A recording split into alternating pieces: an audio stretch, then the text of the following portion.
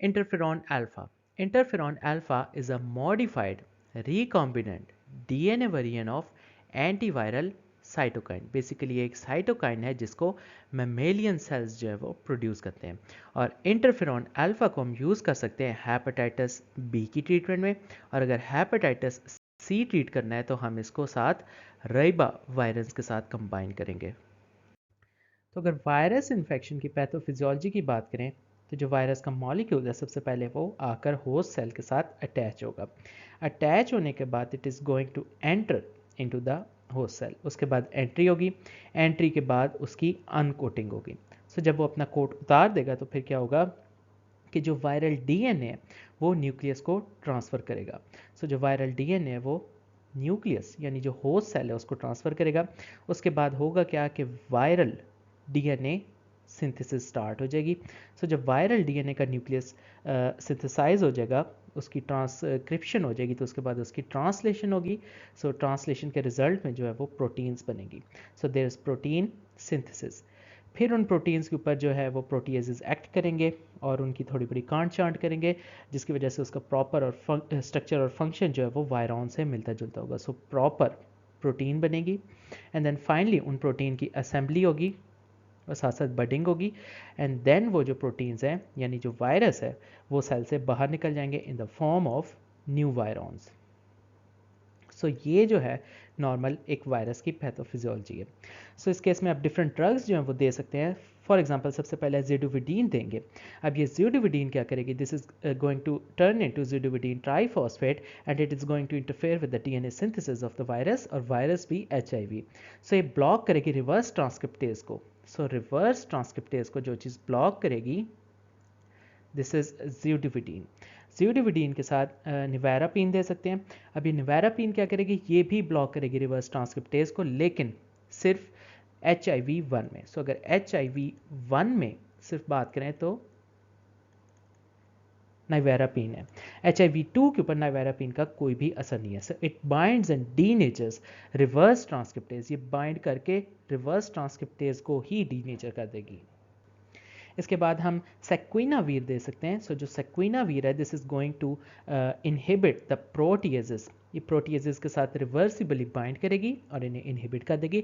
अब इस प्रोटीएज ने क्या करना था, जो न्यू क्रूड प्रोटीन की सिंथेसिस थी उसको इसने रिफाइन करना था during assembly and budding phase for proper and better structure and function of the new virions. So जिस प्रोटीएज को जिसने इनहिबिट किया इट इज सेक्विना वीर। इसके बाद एनफीवर्टाइड देंगे, ये भी HIV स्पेसिफिक है। ये करेगी क्या, this is going to block the HIV entry to the cell. So जो HIV ने सेल के अंदर एंटर होना था इस फेज को ही जो ड्रग ब्लॉक करेगी this is enfuvirtide. It binds the HIV envelope, ये इसके एनवेलप के साथ जो है बाइंड कर जाएगी। इसके बाद एसिक्लोवीर दे सकते हैं। एसिक्लोवीर हेपेटाइटिस में देंगे, होगा क्या, ये फॉस्फोरिलेट होगी into acyclovir triphosphate and it is going to interfere with the viral nucleic acid synthesis and it's going to block the viral DNA polymerase. So जो वायरल न्यूक्लिक एसिड सिंथेसिस है इसको जिस चीज़ ने ब्लॉक किया this is acyclovir and it is only used in hepatitis virus. उसके अलावा हम ganciclovir दे सकते हैं। It's also going to get phosphorylated into ganciclovir triphosphate. It's going to suppress the viral DNA replication. So जो replication को जो चीज़ सप्रेस करेगी दिस इज जेनसिक्लोवीर। अब जेनसिक्लोवीर क्या करेगी, जेनसिक्लोवीर ट्राइफॉस्फेट बनकर कंपीट करेगी गुआनोसिन ट्राइफॉस्फेट के साथ, क्योंकि गुआनोसिन ट्राइफॉस्फेट ने DNA के अंदर इनकॉर्पोरेट होना है। इस वजह से जो DNA रेप्लिकेशन है वो सप्रेस हो जाएगी। So ganciclovir is going to suppress the DNA replication. उसके अलावा ओसेल्टामाइवीर, ओसेल्टामाइवीर क्या करेगी, it's going to reduce the viral replication. So जो फाइनल स्टेज के ऊपर जो ड्रग एक्ट करेगी this is oseltamivir. It's going to block the neuraminidase. अब ये न्यूरोमाइनेडेज क्या है, this is an enzyme that is necessary for virion release. So जब न्यूरोमाइनेडेज ही ब्लॉक हो जाएगा तो जो वायरॉन की रिलीज है वो भी इनहिबिट हो जाएगी। So oseltamivir is used in influenzal infection. उसके अलावा पेलीविजुमाब दे सकते हैं। This palivizumab is a human monoclonal antibody. It's going to block the virus entry into the cell. So जो इनिशियल स्टेज पर अगेन जो ड्रग जाकर एक्ट करने लगी है दिस इज पेलीवी Zumab, it is specific for respiratory syncytial virus. It works against a protein on the surface of the virus. इसके अलावा हम इंटरफेरॉन अल्फा दे सकते हैं, that is specific for hepatitis B and hepatitis C virus. अब interferon alpha क्या करेगी? It's going to kill virus, it's going to kill infected cells. अब ये किस तरह किल करेगी? It produces enzymes that degrade viral messenger RNA and the host messenger RNA of infected cells. So इस तरह हम इंटरफेरॉन अल्फा भी दे सकते हैं. तो अगर स्पेसिफिकली इंटरफेरॉन अल्फा के मैकेनिज्म ऑफ एक्शन की बात करें तो ये दो चीज़ें मारेगा. पहली बात, ये वायरस सेल्स को मारेगा. दूसरी बात, ये इन्फेक्टेड सेल्स को मारेगा.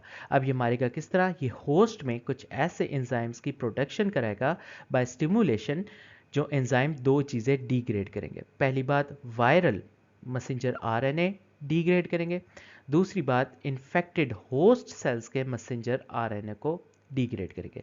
सो जब आरएनए ही नहीं होगा तो उसकी वजह से ट्रांसक्रिप्शन भी नहीं होगी, उसके बाद ट्रांसलेशन भी नहीं होगी, जिसकी वजह से प्रोटीन्स भी नहीं बनेंगी. और जब प्रोटीन्स नहीं बनेंगी तो सेल का सर्वाइवल मुश्किल हो जाएगा, जिसकी वजह से वायरस हो या फिर इन्फेक्टेड सेल हो, दोनों की डेथ हो जाएगी. सो अगर फार्माकोकाइनेटिक्स की बात करें तो interferon alpha is given IV. Half life इसकी 2 to 4 आवर्स है. और इससे मिलती जुलती एक और ड्रग है, this is peg interferon alpha 2A, और इसकी जो हाफ लाइफ है वो थोड़ी ज़्यादा लंबी है. तो अगर क्लिनिकल यूज़ की बात करें तो इंटरफेरॉन अल्फा को यूज़ करेंगे हेपेटाइटिस बी को ट्रीट करने के लिए. इसके साथ साथ क्रोनिक वायरल हेपेटाइटिस सी को भी ट्रीट करने के लिए यूज़ करेंगे. और इस केस में इसको हम कंबाइन करेंगे राइबावायरिन के साथ. टॉक्सिसिटी या साइड इफेक्ट्स की बात करें तो फीवर हो सकता है, हेडेक हो सकती है, मायालजिया, सीवियस और लिवर डिसफंक्शन हो सकता है. उसके साथ साथ बोन मैरो डिप्रेशन. तो फाइनली अगर हम सारी एंटीवायरल ड्रग्स को समराइज़ करें तो इसके डिफरेंट ग्रुप्स बन सकते हैं. फॉर एग्जांपल पहला ग्रुप है दैट इज़ एंटी हर्पीज़. ये ड्रग्स हम हर्पीज़ वायरस के अगेंस्ट यूज़ कर सकते हैं. कुछ ड्रग्स जो हैं वो हम साइटोमेगालो वायरस के अगेंस्ट यूज़ कर सकते हैं. कुछ ड्रग्स जो हैं वो HIV वायरस के अगेंस्ट यूज़ कर सकते हैं. अब जो HIV के अगेंस्ट यूज़ करेंगे उसमें डिफरेंट कैटेगरीज है. फॉर एग्जाम्पल फ्यूजन इनहिबिटर्स भी हो सकते हैं, एंट्री इनहिबिटर्स जिसे हम कहें CCR4 इनहिबिटर्स. इसके अलावा कुछ रिवर्स ट्रांसक्रिप्टेज इनहिबिटर्स हो सकते हैं, जिसमें न्यूक्लियोसाइड रिवर्स ट्रांसक्रिप्टेज इनहिबिटर्स या फिर non nucleoside reverse transcriptase inhibitors आ सकते हैं. इसके अलावा कुछ और ड्रग्स होंगी जिन्हें हम प्रोटीज इनहिबिटर्स कहेंगे. और फाइनली कुछ ड्रग्स होंगी जिन्हें हम इंटीग्रेज स्टैंड इनहिबिटर्स कह सकते हैं.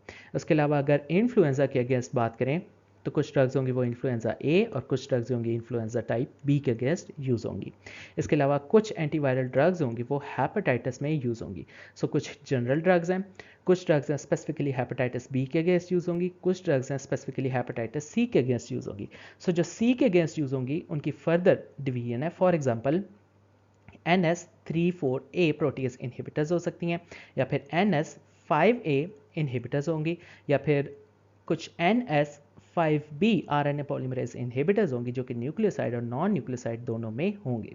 सो अगर सबसे पहले एंटी हर्पीज़ की बात करें सो एंटी हर्पीज़ में आ सकती हैं एसाइक्लोवीर, वैलसाइक्लोवीर, पैनसाइक्लोवीर, फैमसाइक्लोवीर, डोकोसानोल, आइडॉक्सियूरिटीन और ट्राइफ्लोरिटीन. इसके अलावा अगर साइटोमेगालो वायरस के अगेंस्ट यूज़ होने वाली ड्रग्स की बात करें तो गैंसाइक्लोवीर, वैलगेंसाइक्लोवीर, सिडोफोविर, फोस्कारनेट, फोमीविरसिन और वाइडाराबिन आ सकती हैं. इसके अलावा अगर HIV के अगेंस्ट यूज़ होने वाली ड्रग्स की बात करें तो जो पहली कैटेगरी है फ्यूजन इनहिबिटर्स, उसमें एनफीवर्टाइड आ सकती है. और कुछ ड्रग्स हैं एंट्री इनहिबिटर्स जिसे CCR4 इनहिबिटर्स कहते हैं, उसमें मायरावायरिक आ सकती है. इसके अलावा कुछ और ड्रग्स हैं जिन्हें रिवर्स ट्रांसक्रिप्टेज इनहिबिटर्स कहते हैं. और रिवर्स ट्रांसक्रिप्टेज में अगर पहले NRTIs को देखें which is nucleoside reverse transcriptase inhibitors, तो उसमें जिडोविडीन, एबैकावीर, डाइडानोसिन, एमट्राइसिटावीन और लेमिविडीन, स्टेविडीन, टीनोफोविर और जेलसाइटाबीन आ सकती हैं. इसके अलावा अगर non nucleoside reverse transcriptase inhibitors की बात करें तो उसमें डिफरेंट ड्रग्स आ सकती हैं. फॉर एग्जांपल इसमें डेलावेडीन आ सकता है, इफोवेरेंस आ सकती है, एट्रोवरीन आ सकती है, टिवेरापीन आ सकती है. उसके अलावा रेल्पीवरीन आ सकती है. इसके अलावा अगर HIV में यूज़ होने वाली बाकी ड्रग्स की बात करें तो इसमें पहला ग्रुप है प्रोटीज इनहिबिटर्स. वो आ सकती हैं जिसमें आ सकते हैं एटाजिनावीर, डेरुनावीर, फोसएम्प्रीनावीर, इंडिनावीर, लोपिनावीर, राइटोनावीर. देन उसके बाद नल्फीनावीर, सेक्विनावीर एंड देन फाइनली ट्राइपेनावीर. इसके अलावा अगर इंटीग्रेज स्टैंड इनहिबिटर्स की बात करें तो उसमें रेल्टिग्रावीर, डोलोटिग्रावीर और एल्विटिग्रावीर आ सकते हैं। अगर एंटी इन्फ्लुएंजा ड्रग्स की बात करें तो कुछ ड्रग्स जो इन्फ्लुएंजा टाइप ए के अगेंस्ट यूज़ होंगी उसमें एमेंटेडिन रमेंटेडिन आएंगी, और कुछ ड्रग्स जो ए और बी दोनों के अगेंस्ट यूज़ होंगी तो उसमें सिल्टामाइवीर, जैनामाइवीर और पैरामाइवीर आ सकती हैं। इसके अलावा अगर हेपेटाइटिस के अगेंस्ट यूज़ होने वाली ड्रग्स की बात करें तो उसमें इंटरफेरोन अल्फा, एडिफोविर, डाइपिवॉक्सिल, एंटीकावीर, लेमिविडीन और राइबाविरिन आ सकती हैं। इसके अलावा अगर हेपेटाइटिस में स्पेसिफिकली हेपेटाइटिस बी वायरस की बात करें तो कुछ ड्रग्स हैं वो यूज़ हो सकती हैं। For example telbivudine, tenofovir, sofosbuvir and बोसिप्रावीर।